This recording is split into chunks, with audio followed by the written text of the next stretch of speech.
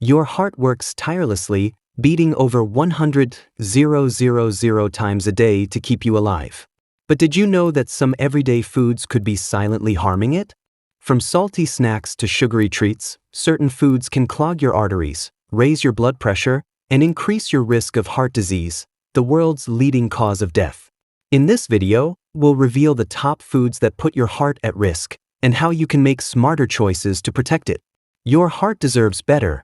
Let's find out what to avoid and what to eat instead.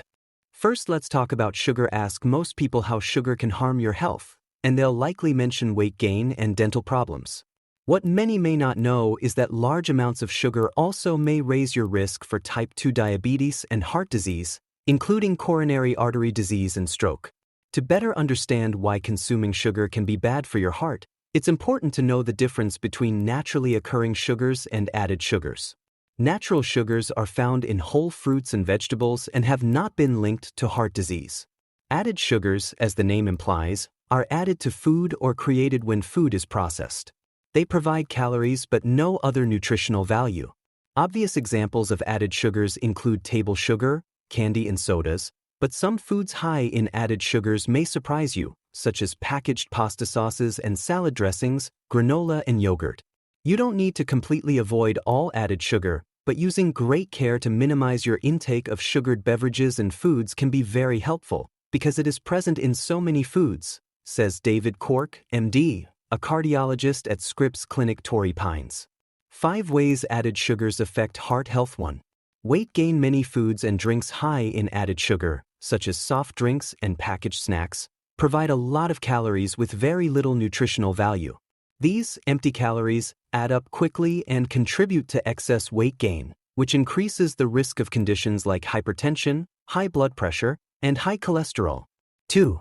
Hypertension. High sugar diets have been associated with higher blood pressure, a significant risk factor for heart disease and stroke. 3.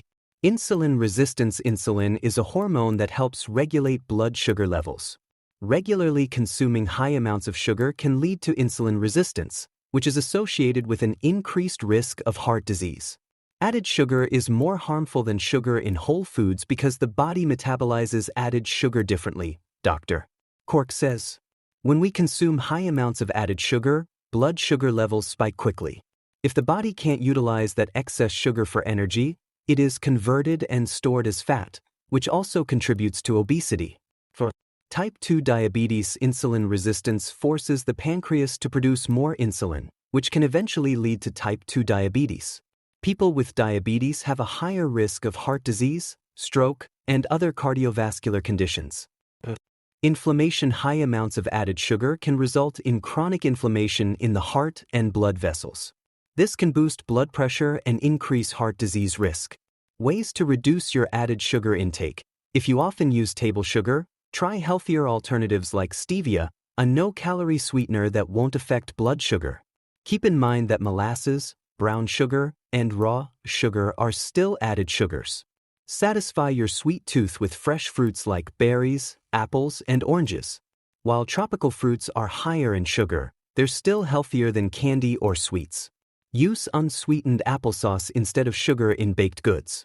Add fresh fruit slices to sparkling water for a refreshing, low-sugar drink. Ways to reduce your added sugar intake. If you often use table sugar, try healthier alternatives like stevia, a no-calorie sweetener that won't affect blood sugar. Keep in mind that molasses, brown sugar, and raw sugar are still added sugars. Satisfy your sweet tooth with fresh fruits like berries, apples, and oranges. While tropical fruits are higher in sugar, they're still healthier than candy or sweets. Use unsweetened applesauce instead of sugar in baked goods. Add fresh fruit slices to sparkling water for a refreshing, low-sugar drink. 2. Red meat. Why could red meat be bad for your heart health? Until recently, it was thought that it was mainly the saturated fat in red meat that raised your risk of heart disease. But new research published by the American Heart Association reveals it's the chemicals produced by our gut bacteria whilst digesting red meat and animal products that significantly raise the risk of heart attack and stroke. Professor Jason Kovacic, executive director of the Victor Chang Cardiac Research Institute, says this research sheds important new light on what is occurring in the body when we eat red meat. Professor Kovacic says, For years we've believed it was mainly the saturated fat in red meat and its effect on our cholesterol levels that raised the risk of heart disease. But this important new study reveals its processes that involve the bacteria in our gut and how they act on the red meat that could be a significant culprit. What these researchers found is that chemicals produced in our digestive system by gut microbes when digesting red meat are likely to play a key role in the increased risk of heart attack and stroke. They also found that the consumption of red meat is likely to have a major impact on our blood sugar and inflammation levels. How much does eating red meat raise your risk of heart disease? One of the largest studies ever conducted on this question by the University of Oxford in 2021 analyzed the risk of heart disease associated with eating different types of meat. The study found the following: eating 50 g of processed meat a day, such as bacon, ham, and sausages, increases the risk of coronary heart disease by 18%. Consuming 50 g a day of unprocessed red meat, such as beef, lamb, and pork, increased the risk of coronary heart disease by 9%. However, it found there was no clear link between eating poultry, such as chicken and turkey, and an increased risk of heart disease. The researchers concluded that if everyone cut back on eating unprocessed red meat by 3/4 or stopped eating processed meats altogether, the number of people dying from coronary heart disease could be significantly reduced. From 10 in 100 of the population to 9 in 100, a drop of 10%. It's worth noting that whilst this study included data on 1.4 million people, it was largely self-reported data, but its findings are still highly significant. But it's not just heart disease you should be concerned about when eating red meat. Researchers at the University of Oxford also found a clear risk of eating red meat and cancer. A 2019 study found people who eat red and processed meat 4 or more times a week have a higher risk of developing bowel cancer than those who consume it twice a week.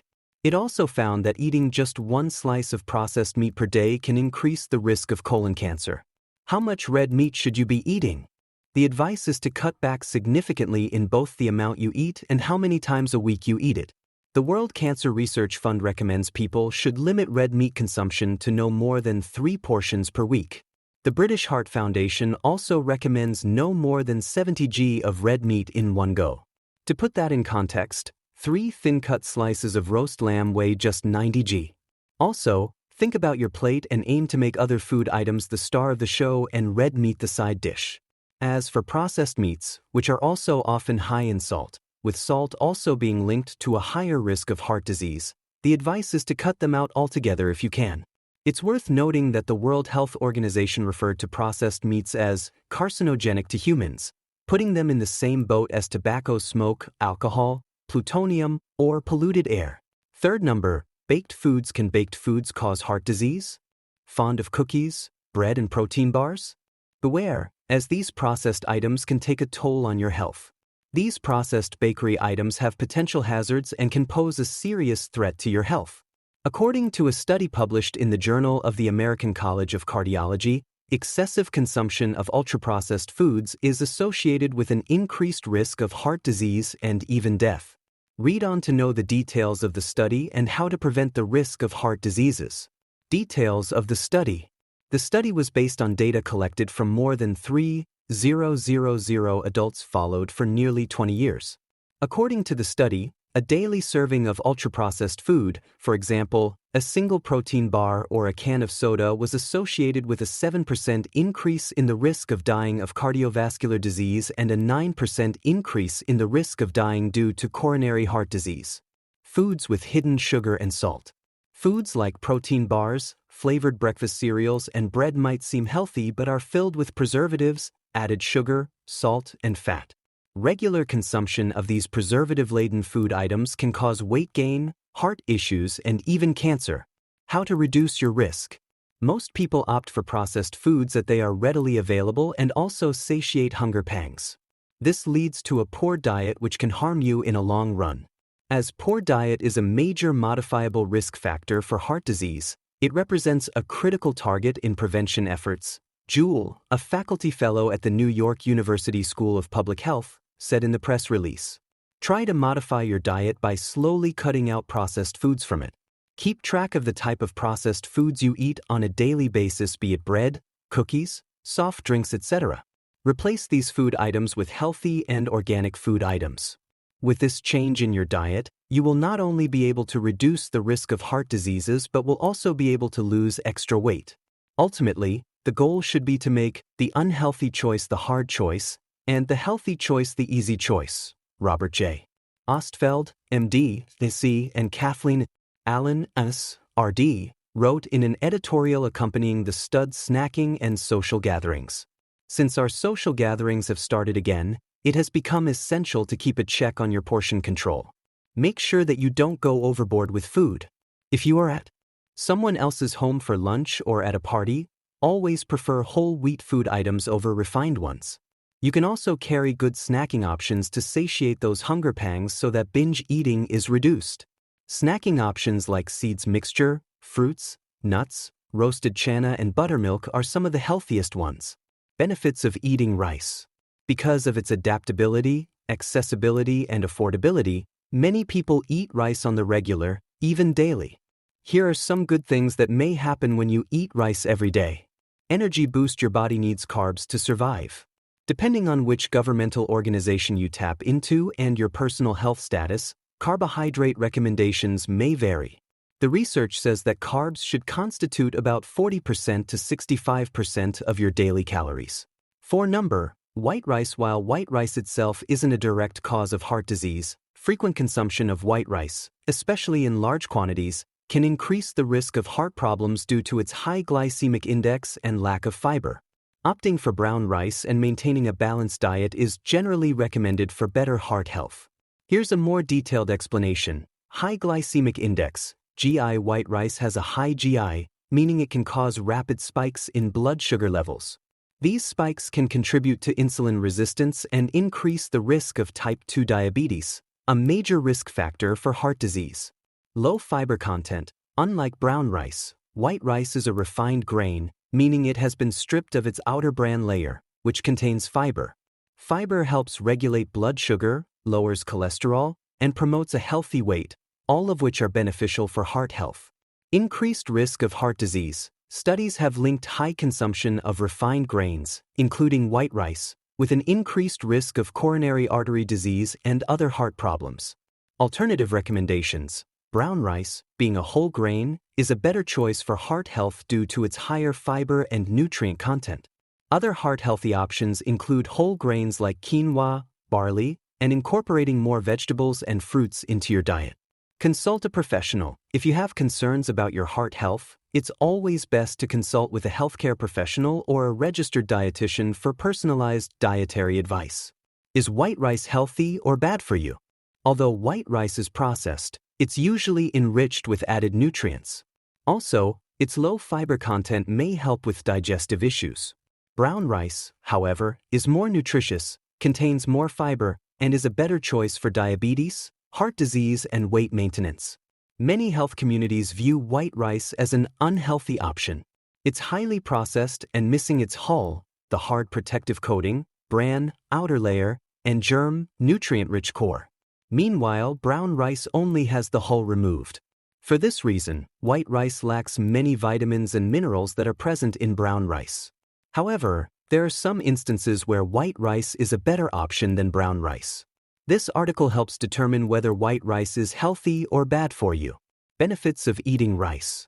Because of its adaptability, accessibility, and affordability, many people eat rice on the regular, even daily. Here are some good things that may happen when you eat rice every day.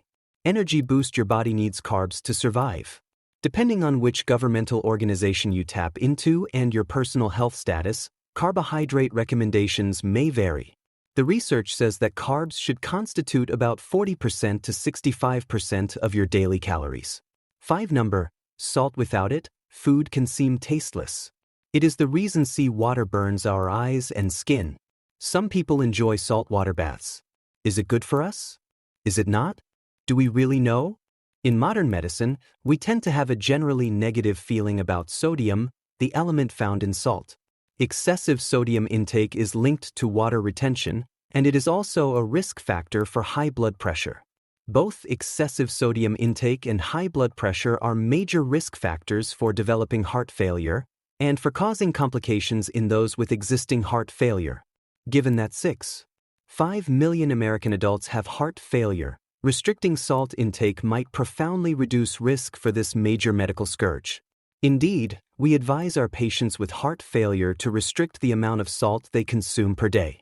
For years we have been telling them to stay away from salty fries and Chinese takeout, which may have up to 7,000 mg of sodium in a single meal.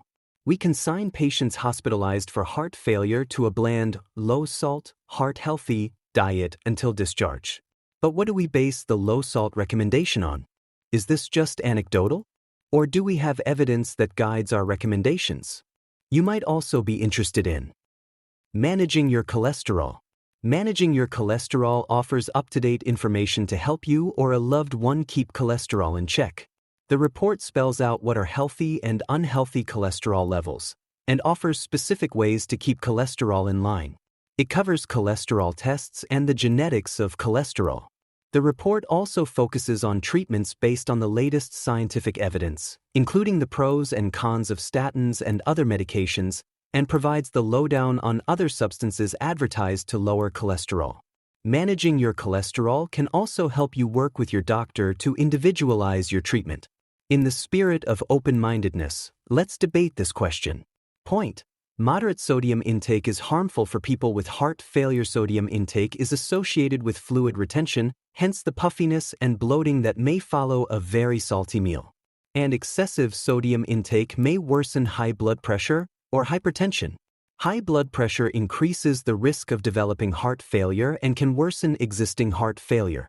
Hypertension may also lead to other types of heart disease, stroke, or kidney failure. A low-sodium diet may help lower or prevent high blood pressure and may reduce the risk of such diseases. High-sodium diets are also usually high in total fat and calories, which may lead to obesity and its many associated complications. Some studies also suggest that there may be a link between sodium intake and osteoporosis and stomach cancer. Additionally, consuming salty foods over a long period of time can accustom your taste buds to the taste, and in turn make you more likely to reach for salter foods. Counterpoint: moderate sodium intake is not harmful for people with heart failure. Cardiologists tend to practice evidence-based medicine, yet many of our recommendations regarding sodium intake for people with heart failure are based on assumptions. Surprisingly, it is hard to say there is enough evidence to state beyond a shadow of a doubt that patients with heart failure should be restricted to the 2,000 mg of salt per day most physicians recommend.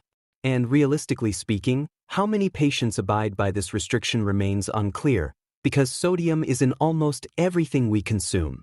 In of 9 studies recently published in JAMA Internal Medicine, only limited and inconsistent evidence was found supporting any benefit of salt-restricted diets for non-hospitalized people with heart failure. The evidence for salt restriction was inconclusive in patients admitted to the hospital for heart failure. This was a well-done study. Only 9 of 655 studies evaluated were rigorous enough to include in the review. So perhaps most importantly, this review illustrates that regardless of the conclusion, rigorous, evidence-based data regarding sodium restriction in heart failure are not available. The lives of our heart failure patients are complicated enough as it is. It is imperative that whatever we recommend for our patients does not further worsen the quality of their already difficult lives.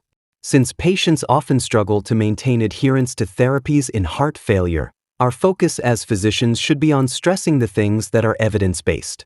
This includes adherence to guideline-directed medical therapies and favorable lifestyle interventions, such as more exercise, and care of other relevant medical conditions, such as diabetes. The verdict: until we have more evidence, it's a draw. Take some of what we say with a grain of salt, pun intended. There is not yet enough evidence for either side of the great salt debate to win. And our discussion should not lead patients to consume salt in excess until we know for sure.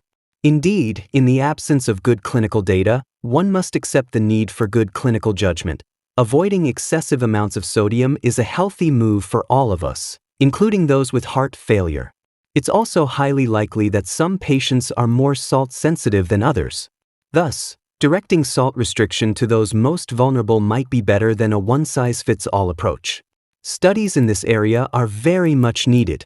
Fortunately, clinical trials to address this question are ongoing, so stay tuned. Bread has been a staple food around the world for thousands of years. People continue to consume it because of its convenience, portability, nutrition, and taste. There are many different types of bread, which people make in different ways, using a variety of ingredients. Examples include whole grain bread, sweetened bread, cornbread, leavened and unleavened bread, flatbread, sourdough, sprouted grain bread, soda bread, and many more. Some types of bread are more nutritious than others, but how do people make a healthful choice? This article looks at some aspects of bread that may make one type of bread more or less healthful than another. Number 6. Bread. Carbs in bread, good or bad? The carbohydrates in bread can provide the body with fuel. Carbohydrates are the primary nutrient in bread. Carbohydrates provide the body with fuel.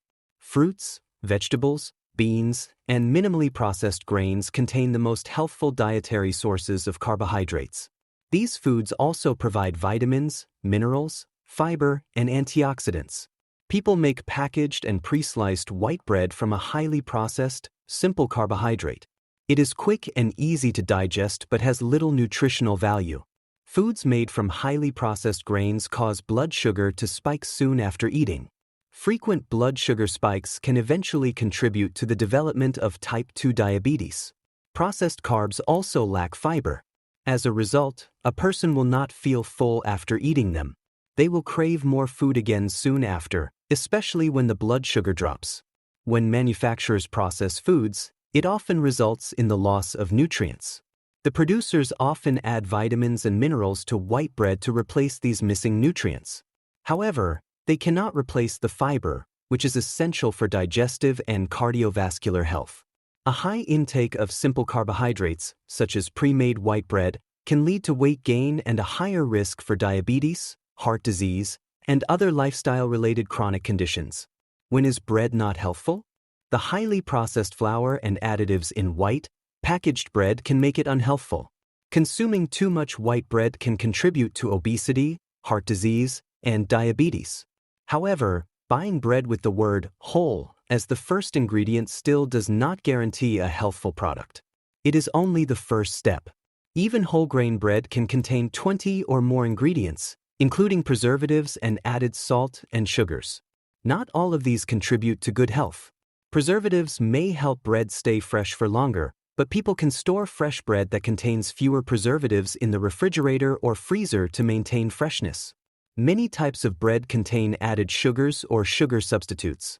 People should avoid those with corn syrup or any that contain ingredients ending in "-ose" listed at the beginning of the ingredient list because these are all sugars. Examples include sucrose, glucose, and fructose.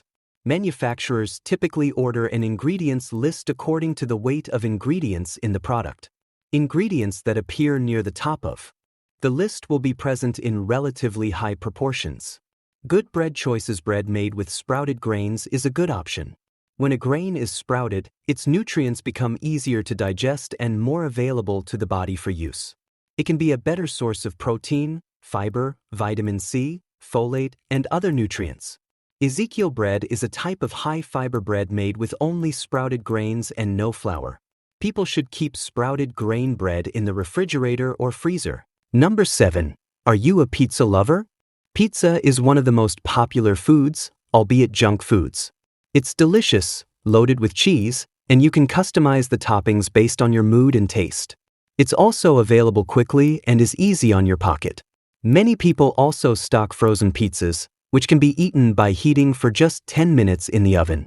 However, with pizza being a junk food, here are some health risks associated with regular consumption of pizza in your diet.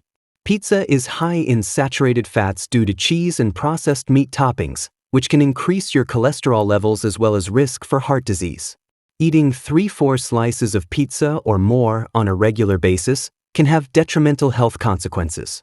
Quick weight gain. 1 slice of plain cheese pizza has approximately 400 calories. So eating even 2 or 3 slices of pizza will add 800 to 200 calories in your diet. This will be higher when you add processed toppings like pepperoni. Since a person should be consuming 2,000 calories on average in a day, these few slices of pizza will take up between 40 to 60% or even more of your daily calories intake. When you also add calories from your other meals of the day, it is easier to do overboard. Overconsuming calories regularly will quickly increase your weight. Increased risk of cancer.